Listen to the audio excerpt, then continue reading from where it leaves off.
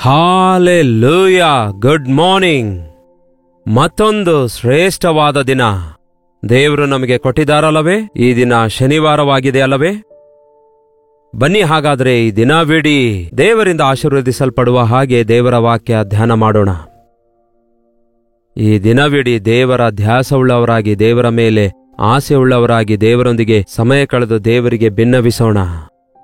ದೇವರೇ ನಮಗೆ ಸಹಾಯ ಮಾಡಿರಿ ಎಂದು ನಮ್ಮಷ್ಟಕ್ಕೆ ನಾವು ಸಿದ್ಧಪಡಿಸಿಕೊಳ್ಳುವುದಕ್ಕಾಗಿ, ದೇವರ ವಾಕ್ಯದಿಂದ ಸಿದ್ಧಗೊಳ್ಳುವುದಕ್ಕಾಗಿ, ಈ ಉದಯ ಕಾಲದ ವಾಕ್ಯಕ್ಕಾಗಿ ಸಿದ್ಧರಾಗಿದ್ದೀರಾ? ಬನ್ನಿರಿ ಹಾಗಾದರೆ ಪ್ರಾರ್ಥನೆಯೊಂದಿಗೆ ಧ್ಯಾನಿಸೋಣ. ಪರಿಶುದ್ಧ ದೇವರೇ, ನಿಮಗೆ ವಂದನೆಗಳು. ಲೋಕದಲ್ಲಿ ಎಲ್ಲಾ ವಿಷಯಗಳನ್ನು ನಾವು ಎದುರುಗೊಳ್ತಾ ಇದ್ದೇವೆ. ನಿಮ್ಮನ್ನು ಎದುರುಗೊಳ್ಳುವುದಕ್ಕಾಗಿ ಬೇಕಾದ ಸಿದ್ಧತೆ, ನಿಮಗೆ ಬೇಡಿಕೊಳ್ಳುವುದಕ್ಕಾಗಿ ಬೇಕಾದ ಸಿದ್ಧತೆ, ನಿಮ್ಮ ಸನ್ನಿಧಿಯಲ್ಲಿ ಕಾದುಕೊಂಡು ನೀವು ಕೊಡುವವುಗಳನ್ನು ಹೊಂದಿಕೊಳ್ಳುವ ಕೃಪೆ ನಮ್ಮೆಲ್ಲರಿಗೂ ದಯಪಾಲಿಸಿರೆಂದು ಕ್ರಿಸ್ತನ ನಾಮದಲ್ಲಿ ಬೇಡುತ್ತೇನೆ ತಂದೆಯೇ, ಆಮೇನ್. ನೋಡಿ, ಈ ದಿನಮಾನಗಳಲ್ಲಿ ಮನುಷ್ಯರು ಎಲ್ಲದರಲ್ಲಿ ಅವಸರ ಪಡ್ತಾರೆ. ಎಲ್ಲಿ ನೋಡಿದರೂ ಕೂಡ ಮನುಷ್ಯರು ಬಹಳ ಕಾರ್ಯನಿರತರಾಗಿರುವುದನ್ನು ನೋಡ್ತೇವೆ. ದೊಡ್ಡವರು ಮೊದಲುಗೊಂಡು ಚಿಕ್ಕವರವರೆಗೂ ಎಲ್ಲರೂ ಟೈಮ್ ಇಲ್ಲ ಎಂದು ಹೇಳ್ತಾರೆ. ಹೌದಲ್ಲವೇ? ಐ ಆಮ್ ಬಿಸಿ ಅನ್ನುತ್ತಾರೆ. ಬಟ್ ದೇವರ ಸನ್ನಿಧಿಯಲ್ಲಿ ನಾವು ಕಾದುಕೊಂಡಿರುವಾಗ ಎಂಥ ಆಧ್ಯಾತ್ಮಿಕವಾದ ಬಲವನ್ನು, ಆರೋಗ್ಯವನ್ನು, ಆನಂದವನ್ನು, ಮನಃಶಾಂತಿಯನ್ನು ಹೊಂದುತ್ತೇವೋ ಎಂಬುದನ್ನು ಗುರುತಿಸುವವರು ಏನೋ ಅವಸರಪಟ್ಟು ಏನೋ ಮಾಡೋಣ ಎಂದು ಆಶಿಸಲಾರದೆ ದೇವರ ಸನ್ನಿಧಿಯಲ್ಲಿ ಕಾದುಕೊಂಡವರಾಗಿ ಆತನ ಚಿತ್ತವನ್ನು ಅರಿತುಕೊಳ್ಳುವುದಕ್ಕಾಗಿ ಆತನು ಹೇಳಿದ್ದನ್ನು ಮಾಡಲು ಸಿದ್ಧಗೊಳ್ಳುವುದಾದರೆ ಧನ್ಯರಾಗ್ತೇವೆ. ಹೌದು, ಈ ಲೋಕದಲ್ಲಿ ನಮಗೆ ಬಹಳಷ್ಟು ಕೆಲಸಗಳಿರುತ್ತವೆ, ಅವಶ್ಯಕತೆಗಳಿರುತ್ತವೆ, ಜವಾಬ್ದಾರಿಕೆಗಳಿರುತ್ತವೆ. ಮನುಷ್ಯ ಅನ್ನುವಾಗ ನಿರ್ಲಕ್ಷ್ಯವಾಗಿ ಇರ್ಲಿಕ್ಕಾಗಲ್ಲ ಪ್ರಿಯರೇ. ಅಂಥವರು ಎಷ್ಟೋ ಜನ ಇದ್ದಾರೆ. ಅಂಥವರು ಮನೆಯವರಿಗೂ, ಸ್ವಂತ ಜನರಿಗೂ, ದೇಶದವರಿಗೂ ಬಾಧೆ ಉಂಟು ಮಾಡುವವರಾಗಿಯೇ ಇರುತ್ತಾರೆ. ಆದರೆ ಒಬ್ಬ ನಿಜವಾದ ಕ್ರೈಸ್ತನು, ನಿಜವಾದ ನಾಗರಿಕನು ಅನೇಕರಿಗೆ ಆಶೀರ್ವಾದಕರವಾಗಿರುತ್ತಾನೆ. ಕೀರ್ತನೆ 37ರಲ್ಲಿ ನಾವು ನೋಡೋದಾದ್ರೆ, ಆ 37ನೇ ವಚನ ಹೇಳುತ್ತದೆ, ಯೆಹೋವನ ಸನ್ನಿಧಿಯಲ್ಲಿ ಶಾಂತನಾಗಿ ಆತನಿಗೋಸ್ಕರ ಕಾದಿರು. ದೇವರ ಮುಂದೆ ಮೌನವಾಗಿದ್ದು ಆತನ ಮುಂದೆ ಕಾದುಕೊಂಡಿರಬೇಕಂತೆ. ವೇಟಿಂಗ್ ಅಂದ್ರೆ ಕಾದುಕೊಂಡಿರೋದಂದ್ರೇನೆ ಬೇಸರ ಪ್ರಿಯರೇ. ಅಂದುಕೊಂಡಿದ್ದೆಲ್ಲ ಕ್ಷಣ ಮಾತ್ರದಲ್ಲಿ ಆಗ್ಲೇಬೇಕು. ಹಾಗೆಯೇ ದೇವರ ಸನ್ನಿಧಿಗೂ ಕೂಡ ಹೋಗಿ, ದೇವರೇ ಅರ್ಜೆಂಟ್ ಆಗಿ ಕಾರ್ಯ ಮಾಡು, ಬಹಳಷ್ಟು ಬೇರೆ ಕೆಲಸ ಇವೆ ಎಂದು ಹೇಳಿ ಪ್ರಾರ್ಥಿಸುವಂತವರು ಕೂಡ ಇದ್ದಾರೆ. ಈಗೋ ದೇವರ, ಭಾನುವಾರ ಮಧ್ಯಾಹ್ನ ನಿಮ್ಮ ಸನ್ನಿಧಿಯಲ್ಲಿದ್ದೆ, ಪ್ರಾರ್ಥನೆಗೆ ಅಟೆಂಡ್ ಆಗಿದ್ದೇನೆ ಅಲ್ಲವೇ? ಹಾಯ್ ಹೇಳಿ ಹೋಗುವಂಥವರು, ಅವಸರದಲ್ಲಿ ಬಂದು ಅವಸರದಲ್ಲಿ ಹೋಗುವಂಥವರು ಕೂಡ ಇದ್ದಾರೆ. ಅಂತಹ ವಿಶ್ವಾಸಿಗಳನ್ನು ಈ ದಿನಮಾನಗಳಲ್ಲಿ ನೋಡುವಾಗ ಬಹಳ ದುಃಖ ಅನಿಸುತ್ತೆ. ನಾವು ಆತನ ಸನ್ನಿಧಿಯಲ್ಲಿ ಶಾಂತವಾಗಿ ಕೂತುಕೊಳ್ಳುವಾಗ, ಆತನ ಸನ್ನಿಧಿಯಲ್ಲಿ ಕೂತ್ಕೊಂಡು ವಿಜ್ಞಾಪನೆ ಮಾಡುತ್ತಿರುವಾಗ ಬೇರೆ ಏನು ಅಗತ್ಯವಿಲ್ಲ, ಸುಮ್ಮನೆ ಮೌನವಾಗಿ ಕೂತ್ಕೊಂಡ್ರೆ ಸಾಕು. ಆತನು ತನ್ನ ಆಲೋಚನೆಗಳಿಂದ ನಮ್ಮ ಹೃದಯವನ್ನು ತುಂಬಿಸುತ್ತಾನೆ. ನಮ್ಮ ಅವಶ್ಯಕತೆಗಳೆಂದು ಅರಿತುಕೊಳ್ಳುವ ಹಾಗೆ ನಾವೇನೇನು ಬೇಡಿಕೊಳ್ಳಬೇಕೆನ್ನುವುದು ಕೂಡ ಪರಿಶುದ್ಧಾತ್ಮ ದೇವರು ನಮಗೆ ನಮ್ಮ ಬಾಯಿಂದ ಬೇಡಿಕೊಳ್ಳುವಂತೆ ಮಾಡ್ತಾರೆ. ಅಷ್ಟೇ ಅಲ್ಲವೋ, ಆತ್ಮನು ನಮ್ಮ ಪರವಾಗಿ ವಿಜ್ಞಾಪನೆ ಮಾಡುವ ಆತನಾಗಿದ್ದಾನೆ. ಇದೇ ಕೀರ್ತನೆ 37ನೇ ಅಧ್ಯಾಯ 34ನೇ ವಚನ ಹೇಳುತ್ತೆ, ಯೆಹೋವನನ್ನು ನಿರೀಕ್ಷಿಸುವವನಾಗಿ ಆತನ ಮಾರ್ಗವನ್ನೇ ಅನುಸರಿಸು, ಆಗ ಆತನು ನಿನ್ನನ್ನು ಮುಂದಕ್ಕೆ ತಂದು ದೇಶವನ್ನು ಅನುಭವಿಸುವಂತೆ ಮಾಡುವನು. ಏನ್ ಸಿಗುತ್ತೆ ದೇವರ ಸನ್ನಿಧಿಯಲ್ಲಿ ಸುಮ್ಮನೆ ಕೂತ್ಕೊಂಡ್ರೆ ಅಂತ ನೀವು ಅಂದ್ಕೊಳ್ಬಹುದೇನೋ? ನೀವು ಕಾದುಕೊಂಡಿರೋದಾದರೆ, ಆತನ ಮಾರ್ಗಗಳ ಪ್ರಕಾರ ನಡೆದುಕೊಳ್ಳೋದಾದರೆ, ದೇಶವನ್ನು ಸ್ವಾಧೀನ ಮಾಡಿಕೊಳ್ಳುವಷ್ಟರ ಮಟ್ಟಿಗೆ ಆತನು ನಿಮ್ಮನ್ನು ಹೆಚ್ಚಿಸುವನು. ವಾವ್, ಎಂಥ ದೊಡ್ಡ ಆಶೀರ್ವಾದ ನೋಡಿ. ಭೂಮಿ ಸ್ವಾಧೀನ ಮಾಡಿಕೊಳ್ಳುವುದಂದ್ರೆ ಅದೇನೋ ಎಕರೆಗಟ್ಟಲೆ ಭೂಮಿ ಸ್ವಾಧೀನ ಮಾಡಿಕೊಳ್ಳುವಂಥದ್ದಲ್ಲ. ಆದರೆ ಭೂಮಿಯಲ್ಲಿ ಇರುವಂಥದ್ದೆಲ್ಲವನ್ನು ನೀವು ಅವುಗಳನ್ನು ಅನುಭವಿಸುವುದಕ್ಕಾಗಿ, ಆನಂದಿಸುವುದಕ್ಕಾಗಿ ದೇವರು ಸಹಾಯ ಮಾಡ್ತಾರೆ. ನೋಡಿ, ಒಂದು ಸಾರಿ ಆಲೋಚಿಸಿ, ಮನುಷ್ಯರಿಗೆ ಅವಶ್ಯಕವಾದವುಗಳೆಲ್ಲವನ್ನು ದೇವರು ಭೂಮಿಯ ಮೇಲಿಟ್ಟು ಭೂಮಿಯಲ್ಲಿ ಮನುಷ್ಯನ ನೆಟ್ಟಿದ್ದಾರೆ. ಈ ದಿನ ನಾವು ತಿನ್ನುವ ಆಹಾರವಾಗಲಿ, ನಾವು ಧರಿಸುವಂತಹ ವಸ್ತ್ರವಾಗಲಿ, ನಮಗೆ ಬೇಕಾದಂತಹ ಬಂಗಾರ ಬೆಳ್ಳಿ ಆಗಲಿ, ಯಾವುದೇ ಲೋಹವಾಗಲಿ, ಕಬ್ಬಿಣವಾಗಲಿ ಅಥವಾ ಡೈಮಂಡ್ಸ್ ಆಗಲಿ, ಎಲ್ಲಿವೆ ಇವೆಲ್ಲ? ಎಲ್ಲಿಂದ ಬರುತ್ತಿವೆ? ಬಟ್ಟೆ ಕೈಯಲ್ಲಿ ಹಿಡ್ಕೊಂಡ್ರೆ ಈಗ ಅದಕ್ಕೆ ಲೆನಿನ್ ಅನ್ನುತ್ತಾರೆ.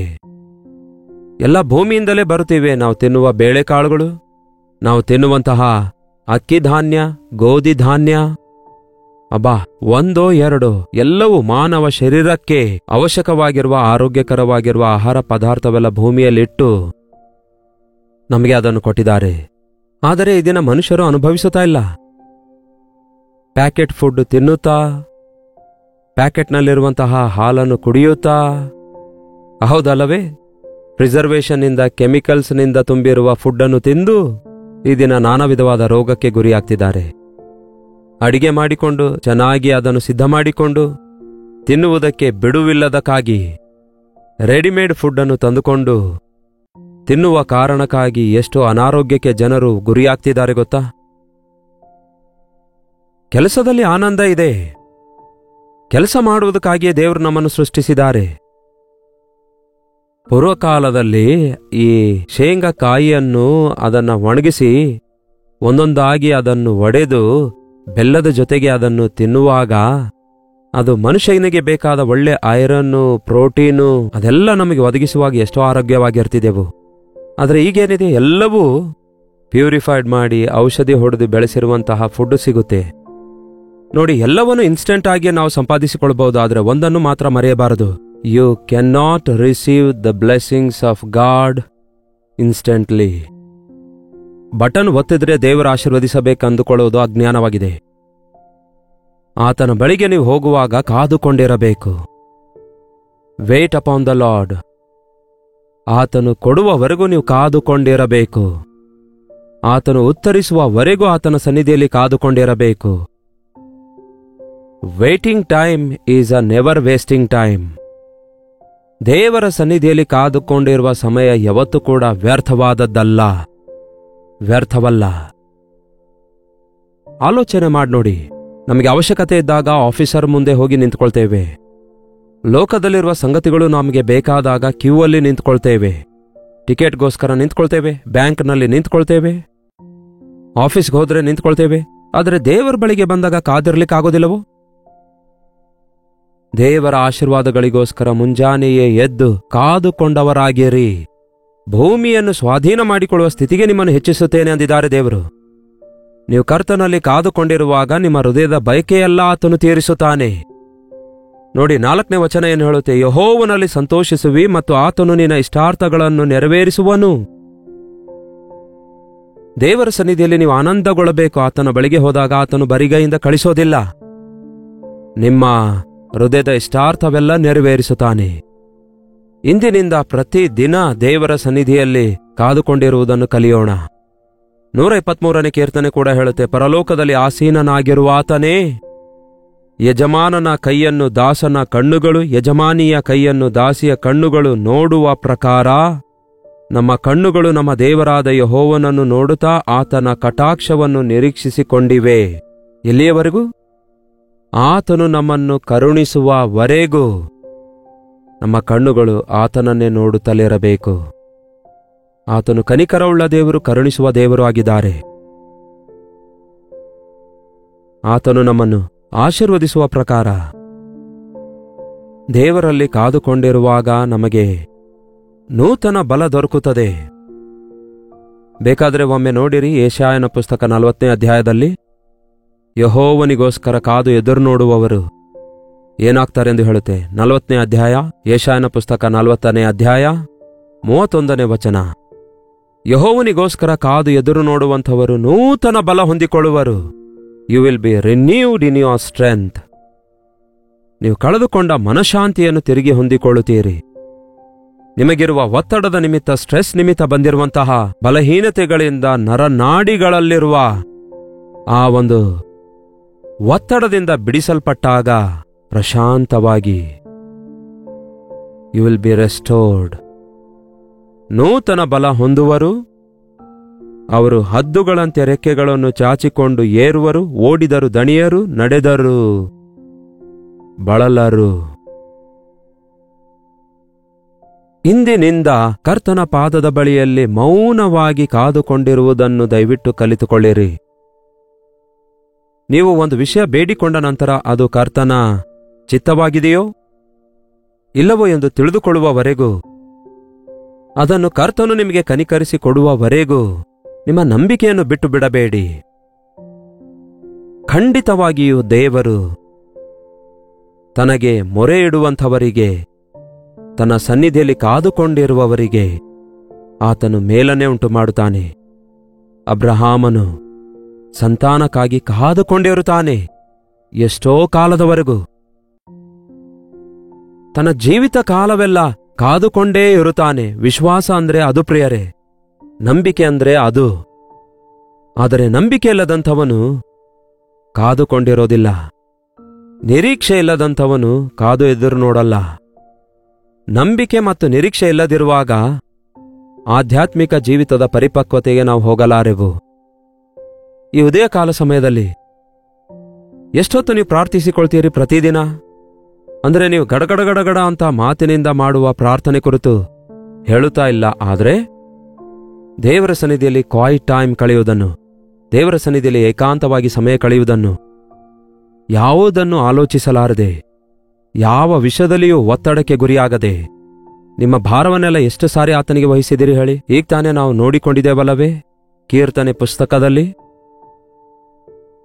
ಕೀರ್ತನೆ 37ನೇ ಅಧ್ಯಾಯ ವಚನ 5ನೇ ವಚನ ಏನ್ ಹೇಳುತ್ತೆ ನೋಡಿರಿ. ನಿನ್ನ ಭೂಯಾತ್ರೆಯ ಚಿಂತೆಯನ್ನು ಯೆಹೋವನಿಗೆ ವಹಿಸಿಬಿಟ್ಟು ಭರವಸೆದಿಂದಿರು, ಆತನೇ ಅದನ್ನು ಸಾಗಿಸುವನು. ನಿನಗಿರುವುದನ್ನೆಲ್ಲ ಆತನಿಗೆ ಒಪ್ಪಿಸಿಕೊಟ್ಟು ಆತನನ್ನು ನಂಬಿ ಆತನಲ್ಲಿ ಕಾದುಕೊಂಡಿರಿ. ಆತನು ನಿಮ್ಮ ಅವಶ್ಯಕತೆಗಳನ್ನು, ನಿಮ್ಮ ಕಾರ್ಯಭಾರವನ್ನೆಲ್ಲ ವಹಿಸುತ್ತಾನೆ. ನಿಮ್ಮ ಹೃದಯದ ಇಷ್ಟಾರ್ಥ ನೆರವೇರಿಸುತ್ತಾನೆ. ನಿಮ್ಮ ಕಣ್ಣೀರನ್ನು ಒರೆಸುತ್ತಾರೆ. ನೀವು ನೂತನ ಬಲವನ್ನು ಹೊಂದುತ್ತೀರಿ. ಲೋಕದಲ್ಲಿ ಕೆಲವೊಂದು ವಿಷಯಗಳನ್ನು ನಾವು ಕಾದು ಎದುರು ನೋಡಿ ಬೇಸರಗೊಳ್ಳಬಹುದೇನೋ, ಆದರೆ ದೇವರ ಸನ್ನಿಧಿಯಲ್ಲಿ ಎಷ್ಟು ಹೆಚ್ಚು ನೀವು ಕಾದು ಎದುರು ನೋಡ್ತೀರೋ ಅಷ್ಟು ಹೆಚ್ಚು ನೂತನ ಬಲ ಹೊಂದಿಕೊಳ್ತೀರಿ. ಯೋಬನ ಸಹನೆ ನಿಮಗೆ ಗೊತ್ತೇ ಇದೆಯಲ್ಲವೇ? ಯೋಬನು ತಾಳ್ಮೆಯಿಂದ ಕಾದುಕೊಂಡಿರುತ್ತಾನೆ. ಅವನ ಬಾಧೆಯನ್ನೆಲ್ಲ ನೋಡುತ್ತಿರುವ ದೇವರು ಅವನ ಬಾಧೆಯಿಂದ ಅವನಿಗೆ ಉಪಶಮನ ಕೊಡುವವರೆಗೂ ತನ್ನ ನಂಬಿಕೆಯನ್ನು ಬಿಟ್ಟು ಬಿಡಲಾರದೆ ತಾಳ್ಮೆಯಿಂದ ಕಾದುಕೊಂಡಿರುತ್ತಾನೆ. ನಿಮಗೆ ಅನ್ಯಾಯ ಉಂಟಾಗಿದ್ದಕ್ಕೆ, ನ್ಯಾಯ ಸಿಗಲಿಲ್ಲ ಎನ್ನುವುದಕ್ಕೆ ಚಿಂತಿಸಬೇಡಿರಿ. ಅನವಶ್ಯಕವಾಗಿ ಮನುಷ್ಯರನ್ನು ಆಶ್ರಯಿಸಬೇಡಿರಿ. ನಿಮ್ಮ ಪಕ್ಷದಲ್ಲಿರುವಂತಹ ಕರ್ತನು ತನ್ನ ತಕ್ಕ ಸಮಯದಲ್ಲಿ ನಿಮ್ಮ ತಲೆ ಎತ್ತುವ ಆತನಾಗಿದ್ದಾನೆ. ಎಲ್ಲಿ ನೀವು ಅವಮಾನ ಹೊಂದಿದ್ದೀರೋ ಅಲ್ಲಿಯೇ ನಿಮಗೆ ಅತಿಶಯಪಡಿಸುತ್ತೇನೆಂದು ಹೇಳಿದ್ದಾರೆ. ಗೊತ್ತಾ ನಿಮಗೆ ಆ ವಿಷಯ? ಎಲ್ಲಿ ನೀವು ಮನುಷ್ಯರ ಗೇಲಿಗೆ ಗುರಿಯಾಗಿದ್ದೀರೋ ಅಲ್ಲಿಯೇ ದೇವರು ನಿಮ್ಮನ್ನು ಮನುಷ್ಯರ ದೃಷ್ಟಿಯಲ್ಲಿ ಹೆಚ್ಚಿಸಿ ಅಯ್ಯೋ ಎಂದು ಆಶ್ಚರ್ಯಗೊಳ್ಳುವಂತೆ ಮಾಡಲು ಶಕ್ತನಾಗಿದ್ದಾನೆ. ನೀವೇ ಏನೋ ಸಾಧಿಸೋಣ ಅಂತ ಬಯಸುವಾಗ ದೇವರು ಮಧ್ಯಸ್ಥಿಕೆ ವಹಿಸಲ್ಲ. ನನಗೆ ಬಲ ಇದೆಯಲ್ಲ ಸಾಕು ಅನ್ನುವಾಗ ಮತ್ತೆ ದೇವರ ಸಹಾಯ ನಿಮಗ್ಯಾಕೆ ಬೇಕು? ಅದಕ್ಕೆ ನಾವು ನಿಸ್ಸಹಾಯಕರಾಗಿ ಆತನ ಸನ್ನಿಧಿಯಲ್ಲಿ ಕಾದುಕೊಂಡಿರುವಾಗ ಆತನ ಸಹಾಯ ನಮಗೆ ದೊರಕುತ್ತದೆ. ಪ್ರತಿ ವಾರ ನಾವು ಉಪವಾಸ ಪ್ರಾರ್ಥನೆಯಲ್ಲಿ ಅನೇಕರಿಗಾಗಿ ವಿಜ್ಞಾಪನೆ ಮಾಡ್ತೇವೆ. ನೀವು ಕೂಡ ಅನೇಕರಿಗಾಗಿ ಹಾಗೆ ಪ್ರಾರ್ಥಿಸಬಹುದು. ನಿಮ್ಮ ಸಭೆಗಳಲ್ಲಿ ಉಪವಾಸ ಪ್ರಾರ್ಥನೆ ನಡೆಯುತ್ತಾ ಇರುತ್ತೆ ಅಲ್ಲವೇ? ಎಷ್ಟೋ ಭಾರ ಉಳ್ಳಂತಹ ಮನುಷ್ಯರು ಕೆಲವೊಮ್ಮೆ ನಿಮ್ಮೊಂದಿಗೆ ಶೇರ್ ಮಾಡಿಕೊಳ್ತಾರೆ. ಕರ್ತನ ಮುಂದೆ ಅವರಿಗೋಸ್ಕರ ಪ್ರಾರ್ಥಿಸಿದಾಗ ದೇವರು ಅದ್ಭುತ ಕಾರ್ಯಗಳನ್ನು ಮಾಡುತ್ತಾರೆ. ಈ ದಿನ ಅನೇಕರು ನಮಗೆ ಪ್ರೈಸ್ ರಿಪೋರ್ಟ್ ಶೇರ್ ಮಾಡುವುದನ್ನು ನೋಡ್ತಿದ್ದೇವೆ. ನಿಮ್ಮ ಭಿನ್ನಹ ಮನುಷ್ಯರಿಗೆ ಹೇಳಿ ಹೇಳಿ ನೀವು ಬೇಸತ್ತು ಹೋಗಿರಬಹುದು. ನೀವು ಸಿಕ್ಕಿಬಿದ್ದ ಚಿಕ್ಕುಗಳಿಂದ ಹೊರಬರಬೇಕೆಂದು ಎಷ್ಟೋ ಪ್ರಯತ್ನ ಮಾಡಿ ನೀವು ಬೇಸತ್ತು ಹೋಗಿರಬಹುದು. ಈ ದಿನ ನಿಮ್ಮ ಸಮಸ್ಯೆ ಏನಾಗಿದೆ ಎಂದು, ನಿಮ್ಮ ಅವಶ್ಯಕತೆ ಏನೆಂದು, ನಿಮ್ಮ ಸಂಗತಿ ಏನೆಂದು, ನಿಮ್ಮ ಕಾರ್ಯ ಭಾರ ಏನೆಂದು ದೇವರಿಗೆ ವಹಿಸಿಕೊಡಿರಿ. ದೇವರೇ ಇದರಲ್ಲಿ ಸಹಾಯ ಮಾಡಿರಿ ಎಂದು ಹೇಳಿರಿ. ಈ ವಿಷಯದಲ್ಲಿ ನನ್ನನ್ನು ಬಿಡಿಸಿರಿ, ಈ ವಿಷಯದಲ್ಲಿ ನನಗೆ ಕೃಪೆ ತೋರಿಸಿರಿ ಎಂದು ಬೇಡಿಕೊಂಡು ಮೌನವಾಗಿರಿ. ಹೀಗೆ ಕೇಳಿ ಎದುರು ನೋಡುತ್ತಾ ಕಾದುಕೊಂಡವರಾಗಿರಿ. ಆತನು ತಕ್ಕ ಸಮಯದಲ್ಲಿ ಆತನು ಮಾಡಬೇಕಾದ ಕಾರ್ಯ ಶೀಘ್ರದಲ್ಲಿಯೇ ಮಾಡುತ್ತಾನೆ. ಅದು ನಮಗೆ ಆಲಸ್ಯವಾಗಿ ಕಾಣಿಸಬಹುದು, ನಮಗದು ಅಭ್ಯಾಸವೇ ಅಲ್ಲವೋ? ಯೇಸು ತನ್ನ ತಾಯಿಯಾದ ಮರಿಯಳಿಗೆ ಹೇಳ್ತಾರಲ್ಲವೇ, ಇನ್ನೂ ನನ್ನ ಸಮಯ ಬಂದಿಲ್ಲ ಎಂದು ಕಾನ ಮದುವೆಯಲ್ಲಿ ಹೇಳ್ತಾರಲ್ಲವೇ? ಆತನ ಸಮಯ ಬಂದಾಗ ಆತನು ಎಷ್ಟೋ ಚೆನ್ನಾಗಿ ಸಮಸ್ಯೆಯನ್ನು ಪರಿಷ್ಕರಿಸಿದ ಹಾಗೆ ಈ ದಿನ ನಮ್ಮ ಜೀವಿತದಲ್ಲೂ ಕೂಡ ದೇವರು ಯಾವುದು ಯಾವಾಗ ಬೇಕಾಗಿದೆಯೋ ಅದನ್ನು ಮಾಡ್ತಾರೆಂದು ನಂಬಿಕೆ ನೀವು ಇಡೋದಾದರೆ ಆತನ ಸಹಾಯಕ್ಕೋಸ್ಕರ ನೀವು ಕಾದುಕೊಂಡಿರೋದಾದರೆ ಅದ್ಭುತ ಕಾರ್ಯಗಳನ್ನು ನೋಡುತ್ತೀರಿ. ಬನ್ನಿ ಪ್ರಾರ್ಥಿಸೋಣ. ಪರಿಶುದ್ಧ ದೇವರೇ, ಪ್ರೀತಿಯುಳ್ಳ ತಂದೆಯೇ, ಲೋಕದಲ್ಲಿ ನಾವು ಎಷ್ಟೋ ವಿಷಯಗಳಿಗಾಗಿ ಕಾದು ಎದುರು ನೋಡ್ತಿದ್ದೇವೆ, ಮನುಷ್ಯರನ್ನು ಆಶ್ರಯಿಸುತ್ತಿದ್ದೇವೆ. ನೀವು ಸಮಯಕ್ಕೆ ತಕ್ಕ ಸಹಾಯ ಮಾಡ್ತಾ ಇಲ್ಲ ಅಂದುಕೊಂಡು ಈ ಲೋಕದಲ್ಲಿ ನಮ್ಮಷ್ಟಕ್ಕೆ ನಾವೇ ಏನೋ ಪ್ರಯತ್ನ ಮಾಡಿ ಕೊನೆಗೆ ಏನು ಸಾಧಿಸಿಲ್ಲವೆಂದು ಗುರುತಿಸಿದಾಗ ನನ್ನ ದೇವರು ನನ್ನ ಅಗತ್ಯತೆಯೆಲ್ಲ ತೀರಿಸುತ್ತಾರೆ, ನನ್ನ ಹೃದಯದ ಇಷ್ಟಾರ್ಥವನ್ನೆಲ್ಲ ನೆರವೇರಿಸುತ್ತಾರೆ, ನನ್ನ ವಿಜ್ಞಾಪನೆಗಳನ್ನು ಲಾಲಿಸುತ್ತಾರೆ.